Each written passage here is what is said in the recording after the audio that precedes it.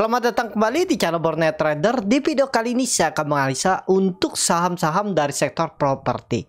Pertama, BES yang ditutup di harga 91 terkoreksi 1,08%. Asing net sell. Kalau bukan resminya BES akumulasi. Langsung saja ke teknikannya. BES bagus selama nggak jebol 90. Udah, ini ada pola symmetrical triangle. Atau ya bilang aja bullish pennant kayak, atau bisa dibilang juga pola ya pattern flag, bisa juga, terserah lah ya Bapak Ibu ya. Tapi lebih menurut saya ini pola symmetrical triangle atau bullish pennant ya. Yang penting ini nggak usah pola itu pun, kalau Bapak Ibu pola apa yang pasti, nggak ada yang pasti polanya ya. Yang penting Bapak Ibu lihat nih supportnya di berapa kira-kira, di ya sebenarnya sih 89 90. Nah itu jangan jebol. Harusnya kemana? Harusnya ke atas. Coba lihat time frame weekly-nya. Tuh, doji, volume besar. Lebih cenderung ke atas. Target ya 100 lah kalau jalan. Ya nggak harus juga minggu ini ya. Sampai Juni lah. Untuk BES. Catatan BES jangan jebol 88. Itu. Lanjut. Kedua, APLN yang ditutup di harga 93 sama harga penutupan hari sebelumnya. Asing net buy. Kalau bukan resminya APLN. Akumulasi. APLN lagi sideways. Jadi kemana arahnya belum pasti juga nih. Tapi kalau melihat ISG bullish ya ada potensi bullish ke atas. Target kemana nih kalau ke atas? Uji resisten kuat 100-104. Support yang harus dijaga 90. Jangan jebol. Itu aja. Ya. Untuk APLN. Lanjut. ASRI yang ditutup di harga 143 menguat 3,62%. Asing net sell. Kalau bukan resminya ASRI akumulasi. Bagus nih. Secara teknikal ASRI bagus uptrend. Ya, apalagi volume meledak, cenderung kemana arahnya ke atas. Target berapa? Kalau ini jalan ya, mudah-mudahan. Tapi nggak harus bulan ini. Ingat, nggak harus bulan ini. Bisa bulan depan. Target 100. Target 200-185. Sudah konfirmasi breakout nggak? Harusnya iya. Berapa supportnya? 130. Volumenya Bapak Ibu lihat. Ledakan volume di atas ini besar. MACD mengarah ke atas. Coba lihat time frame weekly-nya. Dan candle weekly-nya juga bagus. Jadi kalaupun ada koreksi 3 hari ke depan itu nggak masalah. Sebenarnya sampai 120 pun nggak masalah. Cuman menurut saya harusnya nggak jebol 133. Koreksinya dikit aja. Terus gas lagi ke atas. Ya. Untuk ASRI. Lanjut. BSDE yang ditutup dengan 790 sama harga penutupan hari sebelumnya. Asing net sell. Kalau bukan semuanya BSDE di distribusi. BSDE saat ini disupport. Bisa rebound nggak? Bisa. Atau tunggu ada candle hijau aja. Kalau besok candle hijau, nah spek buy itu. Misalnya di berapa? 800. Target ke berapa? Ya targetnya 890, 900. Stop loss di berapa? Kalau berani spek buy, 770 buang. BSD. Lanjut. CTRA yang ditutup di harga 965 menguat 0,52%. Asing net buy. Kalau bukan resminya CTRA diakumulasi. Langsung saja ke teknikanya. CTRA di pucuk dekat 1000. Dan dia juga naiknya V-shape lebih bagus kalau ada koreksi 3 hari ke depan. Kalau ke 900 itu menarik. Ya tergantung Bapak Ibu lah bagaimana strategi. Karena belum pasti juga turun. Ya bisa aja langsung digas. Makanya di saham ini nggak ada ilmu pasti. Kalau dia bilang ilmu pasti ya itu kemungkinan besar lebih banyak bohongnya deh. Nggak ada ilmu pasti. Tapi kita bisa meminimalisir resiko.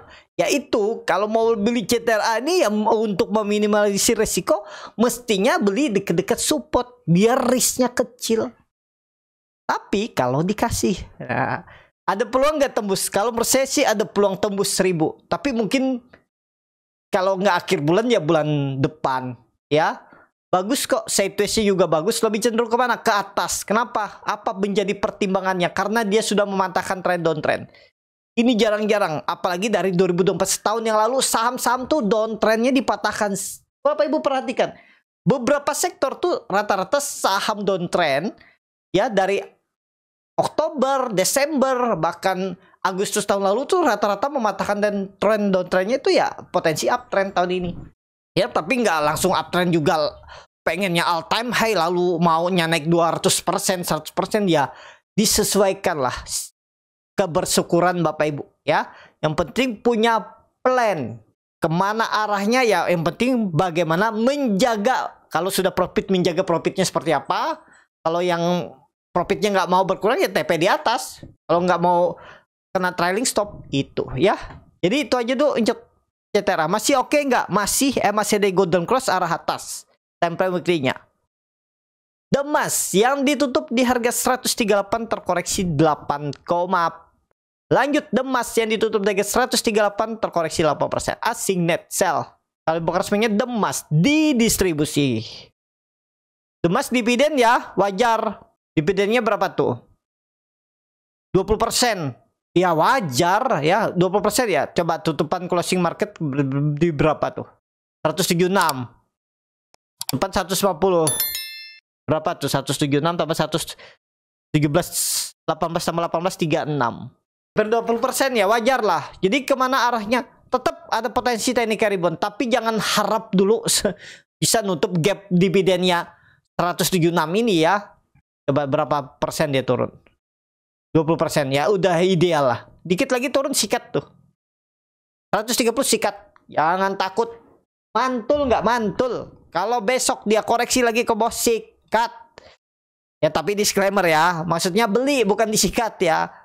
Ya tapi ini kembali lagi disclaimer. Ya kalau menurut saya kalaupun bisa naik tuh maksimal 150 tuh bisa lah. Sangat mungkin. Kalau ISG bullish ya dia sideways di arah ini mungkin. Kalau nutup gap ya kita lihat aja lah. Apakah bandarnya mampu. Tapi ya nggak usah mulu-mulu ke atas. Bagi yang belum punya ya. Kalau yang punya nyangkut dividen ya. Kalau menurut saya. Ya. Kalau misalnya belinya pas closingan kumdet. Berarti 176. Ya kalau dia naik sampai 150 tuh kan tutup.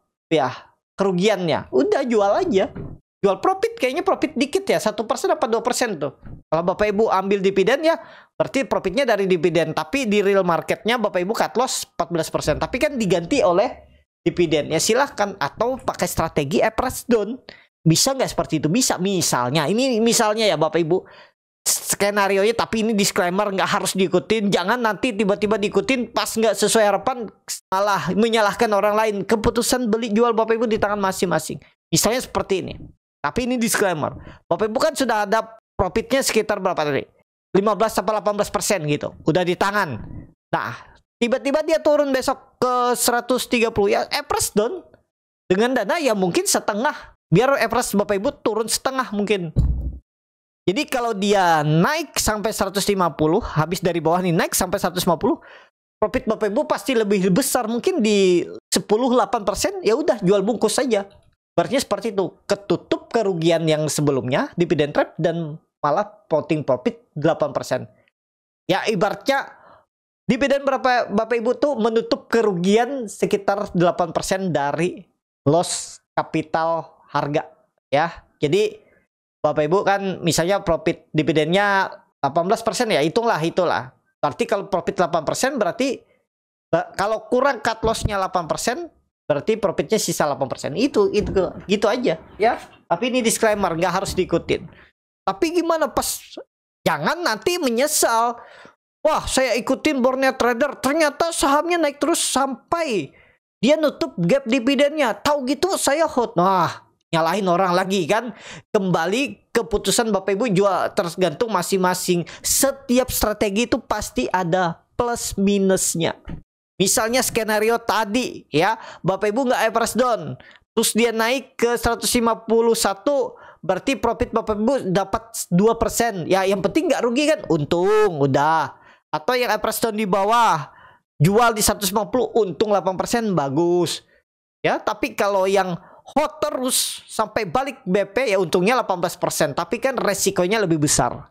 Ya kembali Bapak Ibu, yang mana yang cocok.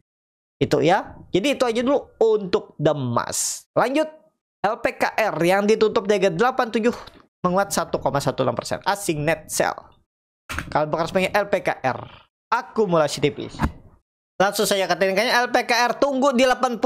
Kalau ke situ spek buy. Kenapa? Karena pandangan saya LPKR masih ke atas dan akan membentuk pola yang pertahanan holder. Jadi ada swing low ke 80 spek buy. Stop loss 78, dah pejam mata buang. Tapi kan itu ada support kuat di 75, silakan. Kalau mau hot juga, mau katus di bawah 73 juga silakan. Tapi pandangan saya ya, kalau saya beli di 80, 81 ya 78 saya cut loss saja. Mau saya nunggu terlalu lama. Sudah dulu berpengalaman itu seperti Apia tuh, gara-gara lebih percaya fundamental, GCG dan ownernya, tapi sempat dibom melorot tuh. Saya beli dari 500, 550, sekarang average saya di berapa ya? Di 480. Sekarang berapa tuh Apia tuh? Dikit lagi profit, cuman nih saya beli dari 550 nih dari atas ini. Karena yakin nih sudah mematahkan trend on trend. Nah, ini Bapak Ibu juga ya. Kita harus melihat kondisi. Nih, saya nggak cut loss. Wah, saya masih yakin nih GCG-nya. Tapi ternyata ya itu, kita beda time frame ternyata. Ya, owner, emiten itu ataupun investor besar, mereka nggak melihat time frame jangka pendek. Walaupun dia ownernya bagus ya belum. Kalau belum saatnya naik ya terus turun ya udah. Tapi ini sudah mematahkan trend on trend. Nah itu, saya nggak mau lagi terulang dari Apia nih. Kenapa? Terlalu lama saya nunggunya. Bayangin dari Februari itu hampir setahun.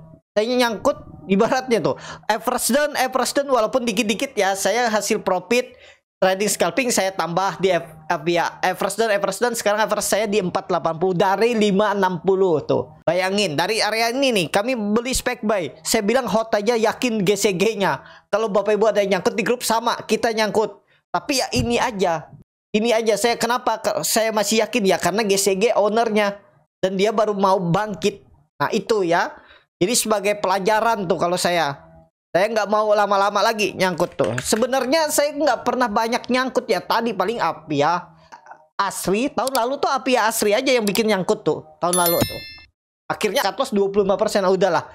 Kesalahan nih. Cut aja. Tapi akhirnya pelan-pelan bisa balikin kerugiannya. Kenapa? Karena punya sistem trading. Yaitu. Kita nih kalau sesuai harapan, sesuai feeling, pasti banyak melesetnya. Ada. Mungkin feeling tuh... Feeling memang berpengaruh dalam scalping, trading, investing itu berpengaruh.